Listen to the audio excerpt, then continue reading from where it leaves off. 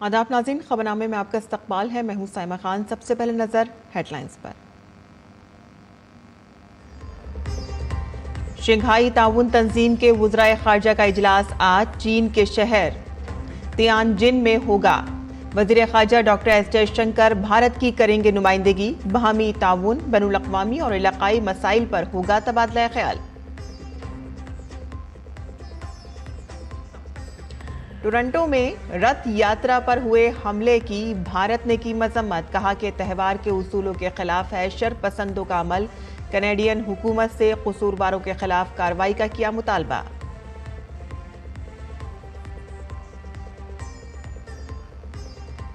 Trump ने रूस से 50 दिन में यूक्रेन तनाज़ा खत्म करने को कहा। मुआहिदा ना होने पर नई इक़्तिसादी पाबंदियां लगाने की दी धमकी। नेटो के जरिए यूक्रेन को असला फराहम करने का मंसूबा भी किया पेश। पार्लियामेंट के मॉनसून इजलास की तैयारियों को लेकर मीटिंगों का दौर शुरू। बीजेपी सदर जेपी नड्डा के घर जमा हुए तमाम सीनियर वुज़रा। कांग्रेस पार्लिमानी पार्टी भी आज तय करेगी हिकमत अमली।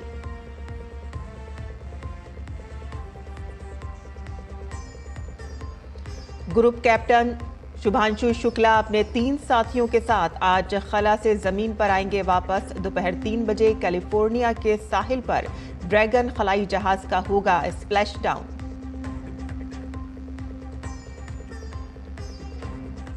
और कांगड़ा, मंडी, सोलन समेत हिमाचल के कई अजला में तेज बारिश का ऑरेंज अलर्ट। राजस्थान, ओडिशा, मगरबी बंगाल और झारखंड में भी भारी बारिश का इम्कान। और अब खबरें तफसील से। शंघाई ताउन तंजीम के वुज़राए खारजा का इजलास आज चीन के शहर तियानजिन में होगा। वज़ीर खारजा डॉक्टर एस जयशंकर इस मीटिंग में भारत की नुमाइंदगी करेंगे। शंघाई ताउन तंजीम के 10 रुकन ममालिक चीन, रूस, Bharat, Iran, Kazakhstan, Kyrgyzstan, Pakistan, Tajikistan, Uzbekistan और बेलारूस शामिल हैं। इजलास में शंघाई ताउन तंजीम के रुकन ममालिक मुख्तलिफ शोबों में बाहमी ताउन, बैनुल अक़वामी और इलाकाई उमूर पर तबादला ख्याल करेंगे। और इससे पहले कल वज़ीर खारजा ने बीजिंग में अपने चीनी हम मनसब वांग यी से मुलाकात की। इस दौरान दोनों रहनुमाओं ने चीन की जानिब से हाइड्रोकोलॉजिकल डेटा फराहम करने समेत सरहद पार दरियाओं पर ताउन की ज़रूरत पर जोर दिया। दोनों रहनुमाओं ने महदूद तिजारती इक़दामात और इक़्तिसादी ताउन की राह में हाइल रुकावटों पर भी तबादला ख्याल किया। वज़ीर खारजा ने सरहद पर अमन व इस्तेहकाम के मुस्बत असरात और दो तरफ़ा ताल्लुकात को बेहतर बनाने के लिए कशीदगी को कम करने और सरहद के इंतज़ाम के लिए मुसलसल कोशिशों को नोट किया। वज़ीर खारजा ने कैलाश मानसरोवर यात्रा को दोबारा शुरू करने में चीन के ताउन की तारीफ की।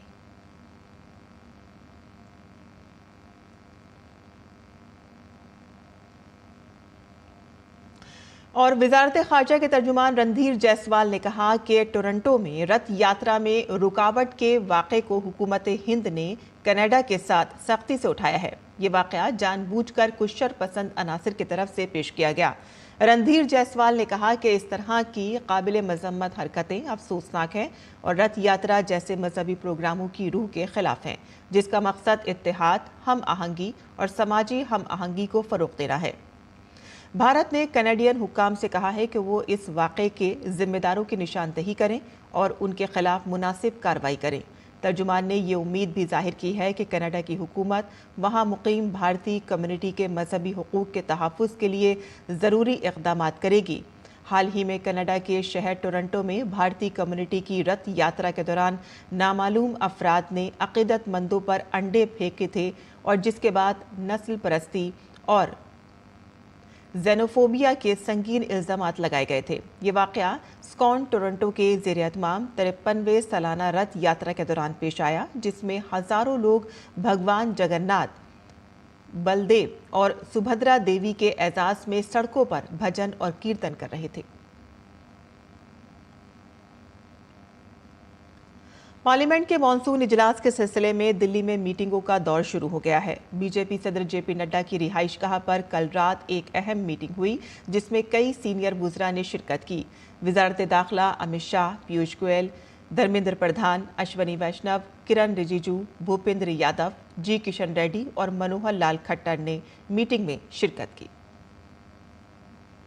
और इस दौरान कांग्रेस पार्लिमानी पार्टी की मीटिंग आज तलब की गई। इस मीटिंग की सदारत सोनिया गांधी करेंगी। इस मीटिंग में 21 जुलाई से शुरू होने वाले पार्लियामेंट के मॉनसून इजलास की तैयारियों पर तबादला ख्याल किया जाएगा। पार्लिमानी पार्टी के तमाम अरकान पार्लियामेंट में शिरकत करेंगे, जिसमें पूरे इजलास के दौरान पार्टी की हिकमत अमली पर तबादला ख्याल किया जाएगा। भारतीय खलाबाज ग्रुप कैप्टन शुभांशु शुक्ला और उनके 3 दीगर साथी जो एक्सियोम 4 मिशन के तहत बैनुल-अक़वामी खलाई स्टेशन गए थे, आज ज़मीन पर वापस आएंगे। तकरीबन 22 घंटे और 5 मिनट के सफ़र के बाद अमले के कैलिफोर्निया के साहिल पर भारतीय वक्त के मुताबिक दोपहर 3 बजे के करीब समुद्र में उतरने की उम्मीद है। स्प्लैश डाउन का ये अमल मुकम्मल तौर पर खुदकार होगा। एक्सियोम 4 मिशन के तहत इन 4 खलाबाजों ने बैनुल-अक़वामी खलाई स्टेशन में 18 दिन गुजारे हैं। खला से ज़मीन पर वापस आने से पहले ग्रुप कैप्टन शुभांशु शुक्ला ने बैनुल-अक़वामी खलाई स्टेशन पर मुनक़िद अलविदाई तकरीब में खला से भारत की ताकत और एतमाद की एक झलक शेयर की। राकेश शर्मा के 1984 के खलाई सफ़र के बाद ग्रुप कैप्टन शुभांशु शुक्ला खला में सफ़र करने वाले दूसरे भारतीय खलाबाज हैं। प्रधानमंत्री कौशल विकास योजना के तहत मुल्क के नौजवान जो अपने जोश, जज्बे और हुनर से मुल्क की तरक्की में रीढ़ की हड्डी बने हैं, आज आलमी सतह पर भारत की ताकत माने जाते हैं। नौजवानों की इस बेपनाह ताकत को बाइख्तियार बनाने के लिए वज़ीर-ए-आज़म नरेंद्र मोदी ने 2015 में स्किल इंडिया मिशन का आगाज़ किया, जिसका मकसद हमारे मुल्क के नौजवानों को हुनर से आरास्ता करना था। मिशन ने अब तक 6 करोड़ से ज़्यादा लोगों को तरबियत दी है, 40 लाख नौजवानों को अप्रेंटिसशिप के मौक़े फराहम किए हैं और IITs के ज़रिए 80 लाख तलबा को तकनीकी तरबियत फराहम की गई है। देखते हैं पूरी तफसील इस रिपोर्ट में।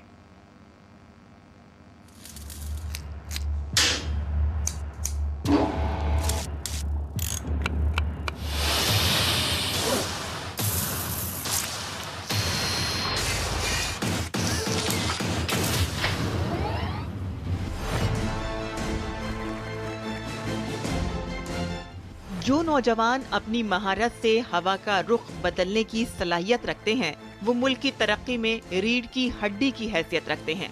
उनकी सलाहियतों को पहचानना, उन्हें दुरुस्त सिमत देना और उन्हें मुल्क की तरक्की में शिराकतदार बनाना क़यादत का सबसे बड़ा चैलेंज है। वज़ीर-ए-आज़म नरेंद्र मोदी ने खुद इस काम का बीड़ा उठाया। उन्होंने 15 जुलाई 2015 को स्किल इंडिया मिशन का आगाज किया ताकि नौजवान नस्ल को मुस्तकबिल की सनती और खिदमात की जरूरियात के मुताबिक तरबियत दी जा सके, जिसका मकसद नौजवानों की बड़ी तादाद को तरबियत देना और उन्हें हुनरमंद बनाना था। आने वाले कई दशकों तक भारत दुनिया का सबसे यंग और स्किल्ड पॉपुलेशन वाला देश बना रहेगा। ये भारत ही है जहां से दुनिया की एक बड़ी स्किल डिमांड पूरी होगी। आपने देखा होगा दुनिया के अनेक देश अब भारत के स्किल यूथ का दोनों हाथों से स्वागत कर रहे हैं। ऐसे में भारत सरकार का भी प्रयास है कि कोई भी भारतीय विदेश जाए तो वो बेहतरीन स्किल के साथ ही जाए। इसलिए हम अपने यूथ की लगातार स्किलिंग, रीस्किलिंग और अपस्किलिंग कर रहे हैं। भारत दुनिया का सबसे कम उम्र आबादी वाला मुल्क भी है, जिसकी वर्किंग आबादी 75% से ज्यादा है। पिछले 10 सालों में वज़ीर-ए-आज़म कौशल विकास योजना के तहत मुख्तलिफ तरबियती प्रोग्रामों के तहत 6 करोड़ से ज्यादा लोगों को तरबियत दी जा चुकी है। 2016 से अब तक 40 लाख ट्रेनर्स को नेशनल अप्रेंटिसशिप प्रमोशन स्कीम के तहत बराह रास्त वजीफे की अदायगी में रखा गया है। इसमें खवातीन की शिराकत 21% से ज्यादा है। 2018 से 24 के दरमियान मुल्क भर में 80 लाख से ज्यादा तलबा को दस्तकारी की तरबियत स्कीम के तहत ITI में तरबियत दी गई। 2014 तक मुल्क में सिर्फ 9,977 ITIs थे, जबकि इस वक्त 14,615 ITIs हैं। 2022 से 2023 और 2023 से 2024 के दरमियान ज़राई टेक्नोलॉजी मैनेजमेंट एजेंसी में 76.72 लाख किसानों को ज़राअत, बागबानी, मवेशी परवरी, माही परवरी और शहद की मक्खियों की परवरी समेत मुख्तलिफ मौज़ूआत पर तरबियत दी गई। दही सेल्फ एम्प्लॉयमेंट ट्रेनिंग इंस्टीट्यूट में 70.44 लाख जरूरतमंदों को तरबियत दी गई। दीनदयाल उपाध्याय ग्रामीण कौशल्य योजना में 6.14 लाख नौजवानों को तरबियत दी गई। इस साल वर्ल्ड यूथ स्किल्स डे का थीम AI और डिजिटल स्किल के जरिए नौजवानों को बाख्तियार बनाने पर मरकूज है। इसका मकसद डिजिटल तकसीम को कम करना और नौजवानों की जामे तालीम को फरोग देकर AI से चलने वाली मईशत में हिस्सा लेने के काबिल बनाना है। मुल्क AI की अहमियत से बाखूबी वाकिफ है और इसके नतीजे में वज़ीर-ए-आज़म नरेंद्र मोदी की क़यादत में मरकजी हुकूमत ने स्किल इंडिया मिशन के तहत 4 लाख से ज्यादा नौजवानों को AI, रोबोटिक्स और डेटा जैसे जदीद शोबों में तरबियत दी है। ये बात काबिले गौर है कि महारत की तरक्की मुस्तकबिल के लिए एक शऊरी तैयारी है, जिसकी कामयाबी तरक्की याफ्ता भारत के हदफ के हुसूल को यकीनी बनाती है। Bureau report, DD news Urdu खबरें। और मरकजी सेक्रेटरी सेहत ने तमाम महकमों और वजारतों को खत लिखा है। खत में महकमों और दफातर में तेल और चीनी के बोर्ड्स आवेजा करने की हिदायत की गई है। खत में कहा गया है कि अब समोसे, जलेबी, लड्डू और वड़ा पाव जैसे खाने पीने की अशिया में चीनी और कैलोरीज कितनी हैं, इसकी मालूमात तेल और शुगर वार्निंग बोर्ड के जरिए देनी होगी। यह कदम भारत में बढ़ते हुए मोटापे, ज़ियाबतीस, हाई ब्लड प्रेशर और दिल की बीमारियों के पेश नज़र उठाया गया है। नेशनल फैमिली हेल्थ सर्वे के मुताबिक शहरी इलाकों में हर 5 में से 1 बालिग का वज़न ज़्यादा है या मुकर्ररा हद से मोटा है। खाने की नाकस आदत और जिस्मानी सरगर्मी की कमी से बच्चों में मोटापा बढ़ रहा है। मोटापा गैर मुतादी बीमारियों जैसे कि ज़ियाबतीस, हाई ब्लड प्रेशर, दिल की बीमारी और कैंसर की कुछ अक़साम का ख़तरा बढ़ा देता है। ये दिमागी सेहत, नक्लो हरकत और मयार ज़िंदगी को भी मुतासर करता है। One district one product ODOP 2024 awards की तकरीब का एहतमाम भारत मंडपम नई दिल्ली में किया गया, जिसमें मुख्तलिफ कैटेगरीज में कुल 34 अवार्ड्स दिए गए। आंध्र प्रदेश को गोल्ड, मध्य प्रदेश को सिल्वर, गुजरात, राजस्थान, मगरबी बंगाल ने कांसे का अवार्ड, जबकि जम्मू कश्मीर को गोल्ड, सिक्किम को सिल्वर, मेघालय, लद्दाख को कांसे का अवार्ड मिला। गैर मुल्की मिशन में सिंगापुर को गोल्ड, न्यूयॉर्क को सिल्वर और वैंकूवर को कांसे का अवार्ड से नवाजा गया। मरकजी वजारत तिजारत और सनत पीयूष गोयल ने अवार्ड तकरीब से खिताब करते हुए कहा कि वजारत तिजारत नए बरामद कुनंदगान को नई मंडियों में फ़रोग देने के लिए अजला के साथ मिलकर काम करेगी। वजारत जल्द ही नई मंडियों, नई मसनूआत और नए बरामद कुनंदगान को फ़रोग देने के लिए मज़ीद रहनुमा खतूत जारी करेगी। विश्व में जब उथल पुथल चल रही है, उस बीच में भारत एक ओएसिस की तरह है। डेजर्ट के अंदर ओएसिस होता है ना, जहाँ पानी मिलता है, जहाँ पेड़ पौधे होते हैं। तो विश्व की उथल पुथल में भारत एक स्टेबल देश, एक ऐसा देश जहाँ विकास भी हो रहा है, जहाँ प्रधानमंत्री नरेंद्र मोदी जी के नेतृत्व में तेज गति से देश आगे बढ़ रहा है। हम 2014 में 11वें सबसे बड़ी अर्थव्यवस्था से आज 5वीं अर्थव्यवस्था बन गए। इस वर्ष में विश्व की 4थी सबसे बड़ी अर्थव्यवस्था बनेंगे और 2027 तक विश्व की 3री सबसे बड़ी अर्थव्यवस्था का खिताब भारत को मिलेगा। One district one product awards की इस तकरीब को दिल्ली के वज़ीर आला रेखा गुप्ता ने भी मुखातिब किया। जब हम अपने यहाँ के कारीगरों को, अपनी यहाँ की इंडस्ट्री को, अपने यहाँ के कल्चर को, वहाँ के प्रोडक्ट को अधिक से अधिक मात्रा में लोगों के सामने लेकर के जाएंगे, तो ना केवल हमारा कल्चर, हमारी संस्कृति, हमारा वो प्रोडक्ट, बल्कि पूरे भारत का नाम विश्व में जाएगा।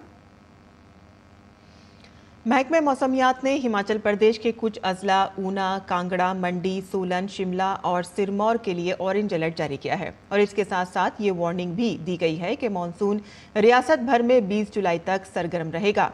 महकमे मौसमियात शिमला के सीनियर साइंसदान संदीप कुमार शर्मा ने गुज़िश्ता 24 घंटे के दौरान शिमला, सिरमौर, कुल्लू और मंडी अजला में हल्की बारिश रिकॉर्ड की गई है। उन्होंने ये बात कही है और सबसे ज़्यादा बारिश राजगढ़ में रिकॉर्ड की गई है। महकमे मौसमियात का कहना है कि इस सरगर्म मानसून का ये मरहला 16 जुलाई से 20 जुलाई तक जारी रहने की उम्मीद है, जबकि IMD ने इस हवाले से हिफाजती हिदायत जारी कर दी हैं।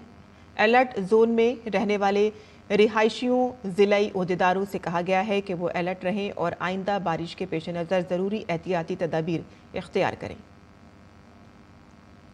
साबिक सेक्रेटरी खारजा हर्षवर्धन श्रृंगला, जो राज्यसभा में बतौर रुकन पार्लियामेंट नामजद किए गए हैं, DD न्यूज़ के साथी गुफ्तगू में श्रृंगला ने हिंदुस्तान के शुमाल मशरक़ी ख़ित्ते की तरक्की और पाकिस्तान के ख़िलाफ़ हिंदुस्तानी सिफारतकारी की कामयाबी के बारे में खुसूसी गुफ्तगू की है। आइए सुनते हैं। वो एक्सपर्ट है विदेश मामलों के अंदर और अब उन्हें नॉमिनेट किया गया है राज्यसभा में। जी हाँ, हम बात करें डॉक्टर हर्ष श्रृंगला की। आइए उनसे बातचीत करते हैं और जानते हैं कि उनकी क्या प्रायोरिटीज़ हैं और वो किस तरह से देख रहे हैं अपने इस नए अवतार को। सर नमस्कार, DD न्यूज़ में आपका स्वागत है। सबसे पहले मैं ये पूछना चाहूँगा कि अब आप एक नए अवतार में नज़र आएंगे, तो सबसे पहले आप क्या कहना चाहते हैं अपने इस नए रोल के बारे में? पहले तो मैं माननीय राष्ट्रपति जी और माननीय प्रधानमंत्री जी का बहुत ही आभार व्यक्त करता हूं कि उन्होंने मुझे इतना भारी जिम्मेवारी सौंपा है और इन्होंने सोचा है कि मैं इस जिम्मेवारी का काबिल हूं। और मैं ये आश्वासन देता हूं कि मैं जनता के हित में और देश के हित में जो मैं कर सकता हूं ये संसद सदस्य के रूप में मैं ज़रूर करूंगा। और जो मैं योगदान दे सकता हूं हमारे देश के विकास और प्रगति के लिए मैं बिल्कुल करूंगा। तो 40 सालों का आपका अनुभव G20 में हमने देखा कि कितना शानदार भारत ने पूरी दुनिया को दिखाया है। श्रीनगर में G20 हुआ, दार्जिलिंग में मैं खुद आपके साथ वहाँ पर मौजूद था। तो इन सारी चीज़ों को लेकर जब आप लोगों के मुद्दे लेकर राज्यसभा में जाएंगे तो क्या आपके दिमाग में रहेगा? प्रधानमंत्री जी का यही मार्गदर्शन था कि ये G20 ना सिर्फ दिल्ली में होगी पर हमारे देश के सभी राज्यों और यूनियन टेरिटरीज में ज़रूर होना चाहिए। और इसके 200 मीटिंग्स हमने 65 लोकेशंस में अरेंज किया और उसमें से ऐसे लोकेशंस थे और आपने इनके भी उदाहरण दिए, श्रीनगर और दार्जिलिंग और नॉर्थ ईस्ट में, जहाँ पे कभी पहले ऐसे अंतर्राष्ट्रीय इवेंट कभी हुए नहीं। और अभी ये राज्य कहते हैं कि और ऐसे मीटिंग्स होने चाहिए क्योंकि हमारे पास कॉन्फिडेंस है, हमारे पास वो कैपेसिटी है। तो ये जो कहते हैं ये गेम चेंजर्स हैं और ये देखते हुए हमें ये आइडिया होता है। जब आपकी राज्यसभा में एंट्री होगी, अगर हम बात करें कानून या नीति की, तो क्या क्या वो विशिष्ट क्षेत्र होंगे जिन पर आप ध्यान केंद्रित करना चाहेंगे? मुझे जो लगता है कि जो भी देश के विकास और प्रगति के लिए जो भी एरियाज हैं, चाहे कि ये कॉमर्स हो, ट्रेड हो, इन्वेस्टमेंट हो, फाइनेंस हो, सिविल एविएशन हो, रेलवेज हो, जहाँ भी हमारे लोगों के मतलब हित में कुछ मुद्दे हैं, वहाँ पे हम ज़रूर योगदान दे सकते हैं। और या तो गृह मंत्रालय में जो सुरक्षा की ओर है या न्याय की ओर है, वो उसमें भी दे सकते हैं। तो जहाँ भी दरकार पड़े हम वहाँ पे योगदान दे सकते हैं। बिल्कुल सर, और हम उम्मीद करते हैं कि आपकी ये नई इनिंग्स देश के लिए बहुत फ़ायदेमंद साबित होगी। DD न्यूज़ से बातचीत करने के लिए आपका बहुत बहुत शुक्रिया। बहुत बहुत धन्यवाद। Thank you. और नाज़रीन, अब पेश है दिल्ली से शाया होने वाले उर्दू अखबारात का मुख्तसर जायजा।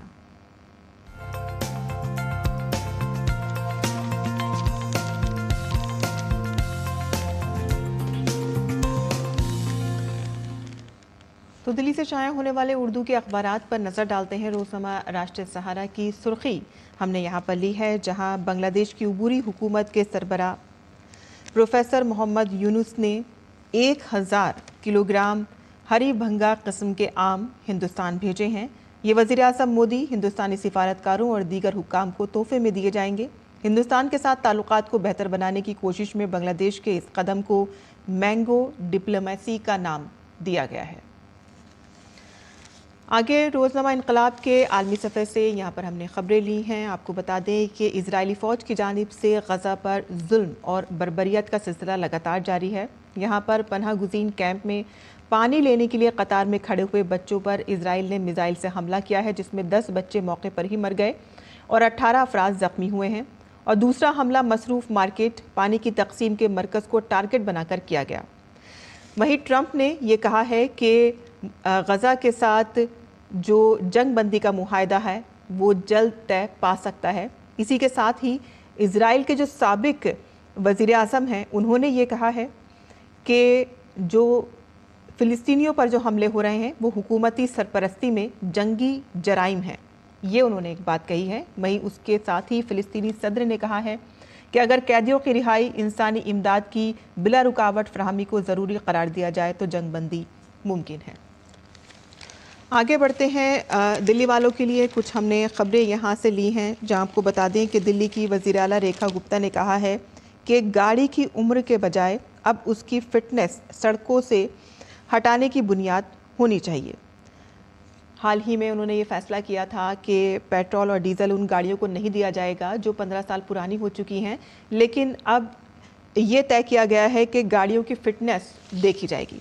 दूसरी खबर भी दिल्ली वालों से ही जुड़ी हुई है, जहां जल बोर्ड की एक अनोखी पहल सामने आई है। अब दिल्ली वालों को सेप्टिक टैंक की सफाई की सहूलत भी मुफ्त मिला करेगी। तो ये थी अखबारात की सुर्खियां जो हमने आपके लिए चुनी थी। और आगे बढ़ते हैं और कुछ बैनुल-अक़वामी खबरें भी जान लेते हैं, जहां अमेरिकी सदर डोनाल्ड ट्रंप ने पुतिन को धमकी दी है कि अगर 50 दिनों में यूक्रेन में जंग खत्म करने के लिए कोई मुआहदा ना हुआ तो रूस पर 100% महसूलात आयत कर दिए जाएंगे। अमेरिकी सदर ने नेटो इत्तेहादियों के साथ यूक्रेन को मजीद हथियार भेजने के मुआहदे का भी ऐलान किया है। गुज़िश्ता रोज़ नेटो के सेक्रेटरी जनरल मार्क रूट ने ओवल ऑफिस में मुलाकात के दौरान अमेरिकी सदर ने कहा कि रूस यूक्रेन जंग के खात्मे के लिए मुआहदे की जानिब पेशरफ्त ना करने पर वो रूस से नाखुश हैं। व्हाइट हाउस में होने वाली मुलाकात के दौरान ट्रंप ने पैट्रियट मिसाइल सिस्टम समेत यूक्रेन को हथियार भेजने के मंसूबे की भी तस्दीक की। सदर ने कहा कि नेटो इत्तेहादी अमेरिका से अरबों डॉलर मालियत का फौजी साजो सामान खरीदेंगे और यूक्रेन को दिया जाएगा। नेटो के सेक्रेटरी जनरल मार्क रूट ने कहा कि ये यूक्रेन के लिए हथियारों की सिर्फ पहली खेप होगी और मुस्तकबिल में मजीद हथियार भेजे जाएंगे। ईरान का कहना है कि अगर अमेरिका यूरेनियम की अफजूदगी की सरगर्मियों को रोकने की शर्त पर जौहरी मुज़ाकरात की पेशकश करता है तो वो अमेरिका के साथ नए जौहरी मुज़ाकरात नहीं करेगा। ईरान और अमेरिका अपने जौहरी प्रोग्राम पर मुआहदे तक पहुंचने के लिए कई दौर के मुज़ाकरात कर रहे थे, लेकिन ईरान पर इजराइल के हमले के बाद ये मुज़ाकरात पटरी से उतर गए। ईरान और अमेरिका दोनों ने तनाज़ा ख़त्म होने के बाद मुज़ाकरात करने पर इत्तेफाक किया है, लेकिन ईरान का कहना है कि वो जौहरी तवानाई के पुरअमन इस्तेमाल के अपने हक से दस्तबरदार नहीं होगा। नेशनल कैडेट कोर आज अपना 77वां फाउंडेशन डे मनाने जा रहा है। 1948 में कायम होने वाली इस तंजीम में लगभग 20 लाख कैडेट्स तरबियत हासिल कर रहे हैं। एनसीसी की शुरुआत 1.7 लाख तलबा कैडेट्स के साथ शुरू हुई थी। तलबा कैडेट्स को भी 1949 में शामिल किया गया और 1950 में एयरफोर्स और 1952 में बहरिया को इसमें शामिल किया गया। आज मुल्क भर में नेशनल कैडेट्स कोर में तकरीबन 2 मिलियन कैडेट्स तरबियत हासिल कर रहे हैं। वज़ीर आज़म नरेंद्र मोदी एक एनसीसी कैडेट भी रहे हैं जो कामयाबी के साथ मुल्क की क़यादत कर रहे हैं। हर साल 15 जुलाई को मुल्क भर में साबका कैडेटों को एजाज़ से नवाजा जाता है। दुनिया के मम्मर तरीन मैराथन रनर फौजा सिंह को पीर को 114 साल की उम्र में उनका इंतकाल हो गया। फौजा सिंह जालंधर में अपने घर के बाहर चहलकदमी कर रहे थे और एक कार ने उन्हें टक्कर मार दी, जहां वो बुरी तरह से जख्मी हो गए और अस्पताल में दम तोड़ गए। फौजा सिंह ने अपने मैराथन करियर का आगाज 2000 में किया था और कुल 8 बैनुल-अक़वामी मैराथन में हिस्सा लिया। 2003 में उन्होंने 92 साल की उम्र में टोरंटो मैराथन में दौड़कर आलमी रिकॉर्ड बनाया। और अब पेश है मुल्क भर के मौसम का हाल।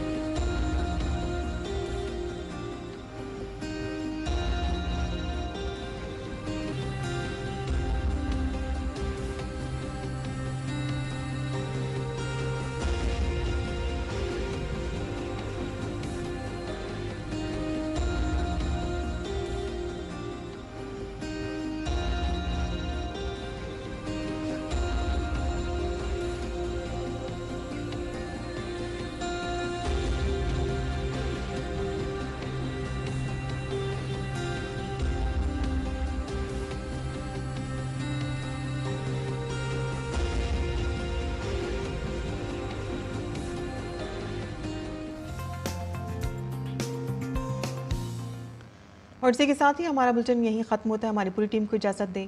आदाब।